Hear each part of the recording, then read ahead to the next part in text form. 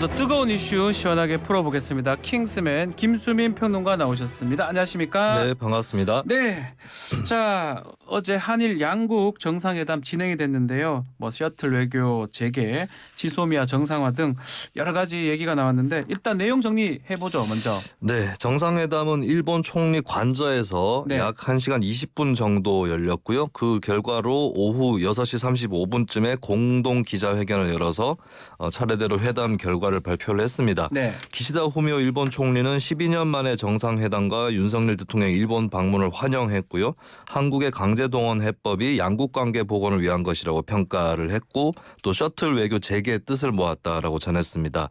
윤석열 대통령도 12년 만에 정상회담이 매우 기뻤다라고 얘기를 하면서 한일은 자유, 인권, 법치라는 보편적 가치를 공유하고 가장 가까운 이웃이다, 협력할 파트너다라고 하면서 이 외교 경제 당국 간의 전략 대화 등 협의체도 조속히 복원하겠다라고 밝혔습니다. 자, 무엇보다도 뭐 관심을 가졌던 게 강제징용 해법 아니겠습니까? 네. 메시지가 나왔는지 궁금한데 이전에 물컵은 반은 우리가 채웠으니까 앞으로 반을 일본 채워달라 이렇게 얘기를 했는데 일본의 호응이 있었습니까? 네, 어느 정도 예상됐던 건데 네. 뭐 사과를 한다거나 이런 입장 표명은 없었고요. 과거에 있었던 김대중 오부치 선언이라든지 또 역대 내각의 역사인식을 계승한다라고 하는 정도의 수준에 일단은 머물렀습니다. 예. 그리고 공동 기자회견 때 질문이 나왔어요. 강제동원 해법에 대해서 기자가 질문을 하니까 기시다 총리가 앞으로 양국이 자주 공조하고 구체적인 결과를 내겠다라고 일단 즉답은 피하는 상황이고 이 말은 거꾸로는 현재로서는 구체적 결과가 없다라고 볼 수도 있겠습니다. 자, 근데 윤석열 대통령은 기시다 총리 앞에서 이 징용배상 구상권 행사 상정 안 한다 직접 언급을 했어요.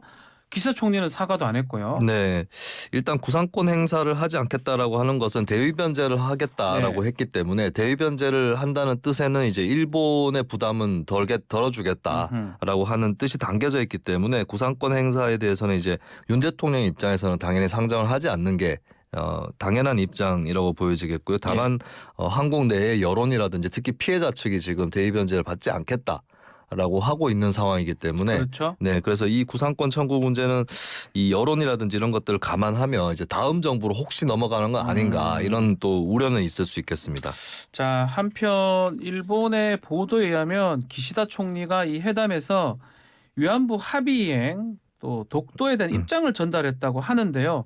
대통령실은 뭐 논의된 바가 없다고 네. 하고요. 어떤 상황이 맞는 겁니까? 이게 회담 직후에 불거진 새로운 한일 관계 변수인 네. 것 같습니다. 자칫하면은 이 한일 관계 개선에 도움이 안 될 수 있는 상황인데 지금 전혀 주장이 엇갈리고 있거든요. 엇갈리고 있다. 이 일본 정부, 그러니까 일본 언론에서는 기시다 총리가 위안부 합의 문제하고 독도 문제에 대한 의견을 전달을 했다라고 하고 가장 예민한 부분을 전달했다는 그렇습니다. 사실 거죠. 한일 예. 관계에서 가장 예민한 문제 1, 2위에 해당할 수도 있는 거거든요.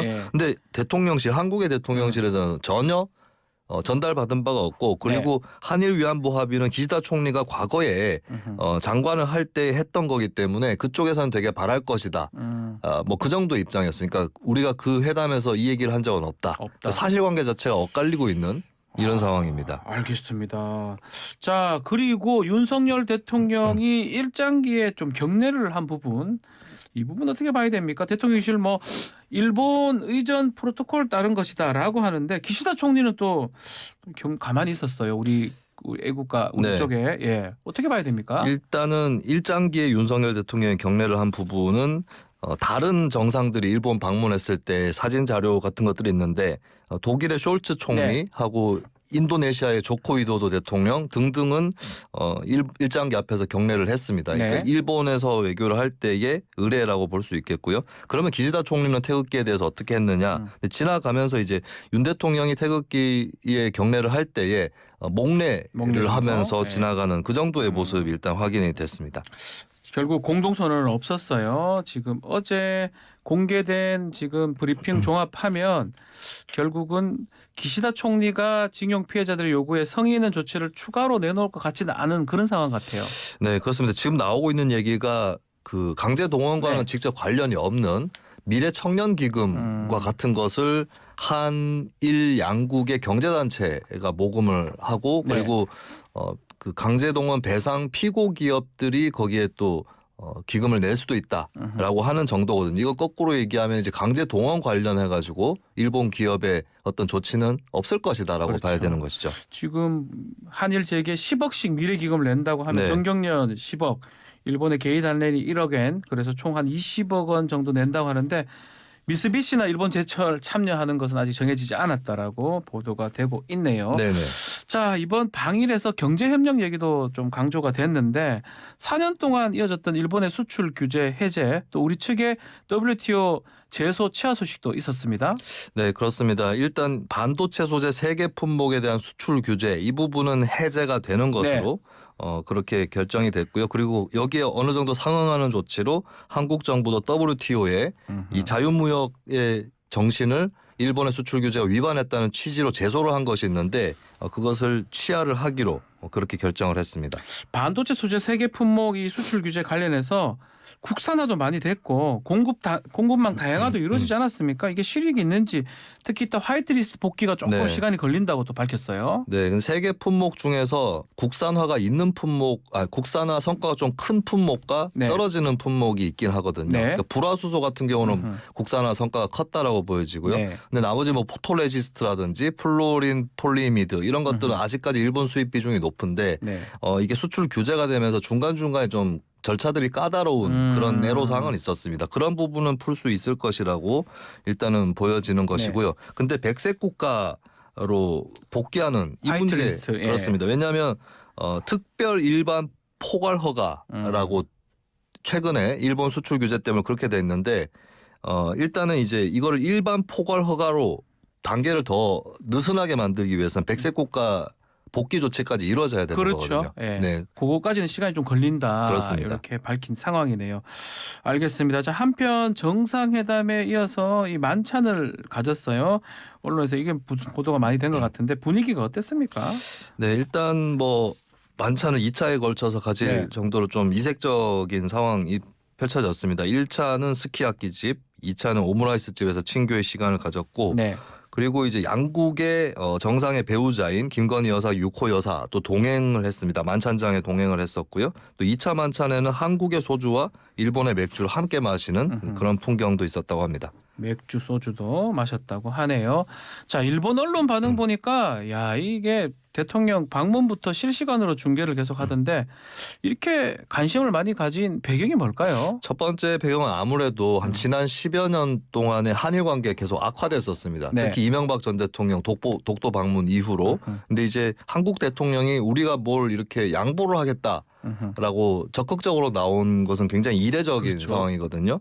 그런 것이 일단 반영이 됐을 것이고 두 번째는 윤석열 대통령 개인적인 어떤 성장 배경이라든지 이런 것들을 봤을 때 네. 부친인 윤기중 교수가 일본 히토스바시 대학의 개권 교수로 또 재직을 했고 예. 그러니까 그러면서 아주 어렸을 때지만 1960년대 중반에 일본에 살았던 적이 있습니다. 예. 그때는 막 한일 외교가 정상화된 상황이었는데 그런 뭐 개인적인 배경이라든지 이런 것들도 언론에서 좀 보도할 만한 거리가 됐던 것 같습니다. 자, 외신은 한일 정상 만남 어떻게 바라봤나요? 네, 일단은 이제 양국 관계는 뭐 해빙된다, 또 새로운 페이지로 넘어간다 이런 좀 긍정적인 보도들이 있었습니다. 뉴욕 타임즈는 양국 관계 해빙을 향한 가시적 조치라고 평가. 네. 그리고 미국 CNN 뉴스는 미국의 가장 중요한 두 동맹이 새로운 페이지로 넘어갈 준비가 된 것이라고 얘기를 했고요. 근데 이제 그 속에서도 그래도 일본 쪽이 더 따낸 게 많은 거 아니냐. 일본이 받은 게 더 많다. 영국 BBC 같은 경우는 이제 일본이 전략적 외교적 승리다. 승리다. 이렇게 평가를 하기도 했습니다. 알겠습니다. 자, 이 정도 살펴보고요. 다음은 주 69시간 근로 논란입니다. 계속 이어지고 있는데요. 윤석열 대통령이 재차 입장을 밝혔어요. 60시간 이상은 무리다. 라고 하면서 69시간 정부안 보완을 지시했는데 이게 거의 백지화가 됐다고 봐야 되겠네요. 그렇습니다. 윤석열 대통령이 이제 대통령실이 전한 바에 따르면 연장 근로를 하더라도 주 60시간 이상은 무리라고 생각합니다. 아하, 예. 이렇게 얘기를 하면서 사실 이게 근로시간이 주 69시간까지 불어날 수 있다. 이 논의는 몇 달 동안 계속 진행이 됐던 것인데요. 그렇죠. 대통령이 전격적으로 방향을 틀었다고 볼 수 있겠고 이럼으로써 정부라든지 여권의 입장이 또 자동적으로 정리가 되고 있는 그런 상황인 것 같습니다. 이게 위에 일종의 캡을 씌운 셈이 될 것 같은데 네. 69시간 결국은 사실상 폐기 수준으로 가야 되는 것 같아요. 네, 그렇습니다. 그러니까 69시간이 왜 도출됐냐면 일단 그 연속 휴식 시간, 네. 연속 시간 휴식제를 11시간을 도입한다고 쳤을 때 그리고 중간중간 휴게 시간이라든지 이런 것들 법적으로 이미 부여되어 있는 것들까지 빼게 되면은 뺐을 때 69가 남는다는 거잖아요. 그렇죠. 예. 그리고 이게 근데 69가 아니라 80시간이 될 수도 있다는 네. 지적도 있었습니다. 왜냐하면 휴일에 일을 시키고 휴일 수당을 주게 되면 이건 그렇죠. 불법은 아니거든요. 그럼 자칫하면 주 80시간까지도 올라갈 수 있다 이 지적들이 있었던 건데 네. 근데 캡을 씌운다라고 한다면 69시간까지 늘어날 수 있는 이 요건은 없어지는 것이 아닌가 이렇게 보여집니다. 한덕수 총리는 장차관을 질책을 했습니다. 커뮤니티도 안 보냐라고 질책을 했다고 하는데 지금 MZ세대한테 좀 예민했던 것 같기도 하고요. 네. 여론을 좀 보는 것 같습니다. 네, 그렇습니다. 뭐 한덕수 총리. 한덕수 총리가 이정식 장관에게 이제 질타를 하고 이정식 장관 좀 굳은 얼굴로 지시 사항들을 적어 내려갔다고 하는데 이것도 어떻게 보면 전격적인 게 처음에 대통령실 입장이라든지 이런 게 나왔을 때 한덕수 네. 총리는 큰 틀에서 달라지는 건 없다라고 얘기를 했었거든요. 근데 가만히 살펴보니까 대통령실 입장이 더 완고하다. 그렇죠. 예, 이대로는 안 된다라는 게 더 드러나면서 한 총리도 어느 정도 다시 내각에 대해서 좀 기강 잡기에 나서는 그런 모습인 것 같습니다. 그리고 네. 최근에 아까 전에 저희가 한일 정상회담 얘기도 했지만 강제동원 해법에 대해서 부정평가가 많은 것이 사실이고 그렇죠. 이 부분이 윤 대통령 지지율 저하에도 영향을 끼친다라는 게 드러났었잖아요. 근데 노동시간 문제 관련해서도 예를 들면은 국민들이 뭐 노조의 회계를 투명화해야 된다라고 한다거나 뭐 건설 현장의 폭력을 없애야 된다 이런 부분은 찬성이 높아요. 근데 네. 노동 시간이 이렇게 늘어날 수 있다라는 부분에 대해서는 중도층이나 2030 세대에서도 반발 여론이 있기 반대를 때문에 하니까. 이게 강제동원 문제하고 겹쳐지게 되면 정부에게는 굉장히 큰 악재가 될 수 있겠죠. 이런 부분들이 분명히 또 영향을 끼친 것으로 보입니다. 그나저나 노동부 장관 이 논란이 벌써 두 번째 있어요. 얘기했다가 아니라 그러고 얘기했다가 아니라 그러고 난감할 것 같아요. 네, 이 노동부의 근로시간 개편안이 원래 이제 예. 미래노동시장 연구회의 안을 토대로 해가지고 거기서 받을 건 받고 뭐 덜 건 덜고 해가지고 만들어낸 안이고 그 사이에 여러 짧지 않은 기간이 있었습니다. 그리고 대통령도 국무회의에서 처음에 그 연구회 방안이 나왔을 때 대체로 받아들이겠다라고 하는 취지의 발언을 했었거든요. 네. 그럼 노동부는 이제 어떻게 보면 정해져 있는 길로 온 건데 실컷 왔더니 뒤집어서 아니라고 던 것이죠. 이런 네. 부분이 이제 노동부 입장에서는 좀 난감한 부분이고 예. 또 한편으로는 이제 이정식 장관이 한국노총 출신이거든요. 그렇죠. 근데 최근에 한국노총과 정부 간의 관계가 상당히 나쁩니다. 이런 부분 또 애로사항이 있을 것이라고 보여집니다. 아니 근데 지금 노동단체가 MZ 노조만 있는 것도 아니잖아요. 근데 매번 대통령실 MZ 노조만 거론을 하고 있어요. 그 부분은 네. 어떻게 봐야 됩니까? 일단 현재 윤석열 정부가 민주노총은 물론이고 한국노총과도 반목을 하고 있고 네. 근데 그렇다고 해서 그러면 반노조적인 쪽으로 해가지고 무게를 실을 수도 없고 이런 상황이죠. 그러면 좀 우리가 그래도 참고할 만하고 인용할 만한 노조가 있으면 좋겠다는 생각을 할 수 있는데 그 찾다가 MZ 노조를 찾은 겁니까? 그렇죠. 세대적으로도 2030이다 그러면 명분 또 서고 네. 이런 측면이 있는 거죠. 근데 두 가지를 유념할 필요가 있는 게 MZ 노조가 현재 여권이나 정부가 바라는 대로만 움직이지는 않는다라고 하는 것이 있고 MZ 노조도 일부를 보면은 그 설립 과정에서 민주노총 도움을 받는다거나 그렇죠. 이런 데도 있는 거거든요. 네. 그리고 두 번째는 현재 MZ 노조가 MZ 세대 전체를 또 대변하는 것도 아닙니다. 네. 현재 MZ 노조는 주로 사무직들이 많이 있는데 뭐 생산직이라든지 이쪽으로는 또 여론이 다를 수 있기 때문에 네. 그래서 정부가 물론 새로 고침 노조 협의회를 만나고 참고하는 건 좋은 일인데 그것을 전부로 여기면 안 된다. 이 부분은 좀 같이 참고를 해야 될 겁니다. 알겠습니다. 자, 다음은 민주당 이야기입니다. 자, 민주당 의총이 어제 있었는데요. 특히 이재명 대표의 그 체포동의 이탈표 사태 이후에 첫 의총이었는데 네. 분위기가 어땠습니까? 일단은 이재명 대표 문제도 있지만 대정부 투쟁을 또 강제동원 해법이라든지 여러 가지 사안들이 있기 때문에 대정부 투쟁을 하기 위해서 당내 결속을 다져야 한다. 이런 분위기는 또 있었다고 보여지고요. 예. 그러면서 또 이재명 대표 문제에 대해서도 의견을 모으는 모습이었고 그리고 네. 참고로 선거제 개편도 각 당이 의원총회로 일단 의견을 모아야 되는데 국민의힘도 마찬가지일 것으로 보이는데 민주당 의총에서도 의견이 모이지는 않았다라고 아하. 합니다. 자, 일각에서는 이재명 대표의 질서 있는 퇴진이 지금 거론되고 있었던 상황입니다. 어제 이 대표 총선에 지면 내 정치 끝난다. 승리를 위해서 어떤 일도 할 수 있다 밝혔습니다. 어떤 의미입니까? 네, 어떤 일도 할 수 있다라는 네. 표현에 대해서 오영환 원내대변인이 설명하는 것은 이제 뭐 그 말이 일단 그 말까지다. 네. 그래서 뭐 다른 뜻으로 이제 좀 속단해서 유추하기는 어려울 것 같은데요. 다만 어떤 일도라고 했을 때는 사퇴가 있을 수 없는 일은 아니다. 이 정도로는 일단 풀이를 할 수 있겠고 예. 만약에 이제 본인이 대표로서 갖고 있는 리스크 이런 것들이 지속이 돼서 총선에서 지게 되면 자신도 보람이 없게 되지 않겠느냐라는 뜻으로 볼 수 있겠죠. 그렇기 네. 때문에 일단 이 언급을 통해서 사퇴 여지가 100%로 닫힌 건 아니다. 이렇게 일단 풀이가 나오고 있습니다. 자, 당내 최대 의견 그룹 더 좋은 미래가 전면적인 인적 쇄신을 요구를 하고 있는데요. 이 관련해서도 이재명 대표가 한 걸음 물러난 입장을 내놨습니다. 네, 전당대회 이후 최고위원회가 네. 단일 체제로 구성돼 다행이라고 생각을 했었는데 지나고 보니까 단일한 색채가 문제고 다양성이 중요하다고 생각하게 됐다라고 네. 이 대표가 발언을 했다라고 하는 거거든요. 그러면은 이것은 이제 인적 쇄신이 어느 정도 있을 수 있거나 아니면 뭐 교체되는 인사는 없더라도 새로운 자리를 만들어 가지고 다양성을 추가한다거나 이게 상상해 보자면 여러 갈래가 있을 수 있는데요. 네. 일단 그러한 노력이 있을 것이다라고 예고한 셈이라고 봅니다. 이재명 대표가 요즘 뭐 의원들 방마다 찾아다니면서 대화를 하고 있다고 해요. 특히 어제 의총에서도 체포동의안 부결 관련해서 심정을 직접 밝히기도 했고요. 네, 일단 의원들을 쭉 만나 많은 얘기를 들었다라고 밝히면서 네. 다양한 이야기를 제대로 수용하지 못해 이번 사태가 났다라고 하면서 본인의 책임을 인정하는 모습을 보였습니다. 그리고 의원총회에서 이야기하면 실시간으로 언론에 보도되니까 의원들이 자유롭게 발언하지 못한다라고 하는 것도 짚으면서 실질적인 대면 소통의 장이 되지 못한다.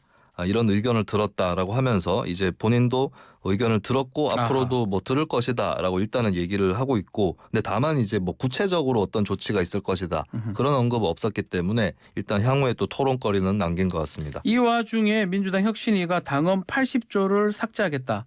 이걸 검토하겠다라고 해서 논란이 되고 있어요. 네, 당원 80조 같은 경우는 이 당직자가 기소가 되면 특히 네. 부패라든지 이런 혐의로 기소가 되면은 당직을 정지시킬 수 있는 그 조항인데 사실은 이게 또 한번 이 내용을 보면은 네. 당의 판단에 따라서 이게 정치 보복 탄압이다라고 판단이 되면은 적용하지 않을 수 있는 그렇죠. 그런 예외 조정도 있어요. 규정이 그렇습니다. 있어요. 예, 예. 그런데도 불구하고 그것을 해석하는 데 있어서 논란이나 이런 것들이 벌어질까 우려가 되는 그런 또 당의 일각의 입장이 있고 그러면 아예 이 조항 자체를 없애자. 빼버리자. 예, 이런 예. 주장들이 나오고 있는데 근데 또 한편으로는 적용을 안 하는 수준을 넘어서서 없앨 수 있느냐 이런 반발도 나오고 있기 때문에 바로 이재명 대표 지도부 체제가 맞닥뜨린 최대 현안 쟁점이 아닌가 이렇게 보여집니다. 마지막으로 조국 전 장관 딸 조민 씨 소식입니다. 어제 부산대 입학 취소 관련 재판에 증인으로 출석을 했습니다. 네, 일단 이제 입학 허가가 취소된 부분에 대해서 네. 현재 조민 씨 쪽에서는 이게 어떤 의대 입시에서 큰 영향을 끼친 게 아니다. 입학 취소될 일이 아니다라는 입장을 갖고 있고 부산대는 입시 당락 영향을 떠나서 부정행위는 입학 취소 사유다 이렇게 맞서고 있는 상황인데요. 네. 어제 오후에 부산지법 행정 1부 심리에 조민 씨가 재판에 출석을 했고 네. 이제 변론 기일이 지난해 6월 있었는데 그 이후로 직접 출석하는 것은 이번이 처음이었습니다. 이게 표창장 관련해서도 입장을 밝혔다면서요. 네, 일단 엄마가 총장님이 봉사상을 준다고 하니까 최성해 동양대 총장이 그렇죠? 준다고 하니 집에 오면 그때 가져가라라고 했다. 그래서 받았고 그리고 나중에 좀 여럿이 있는 자리에서 최성해 총장에게 감사하다고 인사를 하니까 또 네. 인사를 받아 주셨다. 뭐 이런 내용을 소개를 했습니다. 그래서 이제 하려고 하는 주장은 자신은 일단 준다고 하니까 받았고 또 재성해 총장 또 알고 있었던 거 알고 아니냐 있었다. 이런 네. 이제 주장이 될 것 같고요. 이제 궁금증이 생기는 대목은 그러면 이제 조민 씨는 모친이 표창장을 위조한 것을 몰랐던 것인가? 뭐 이런 것도 궁금증이 일단 생길 수 있는 셈이겠습니다. 알겠습니다. 선고가 다음 달 6일 오전에 나올 예정이니까요. 지켜보기로 하겠습니다. 오늘 킹스맨 여기서 마무리를 하겠습니다. 김수민 평론가 감사합니다. 예, 고맙습니다. 1부 마치겠습니다.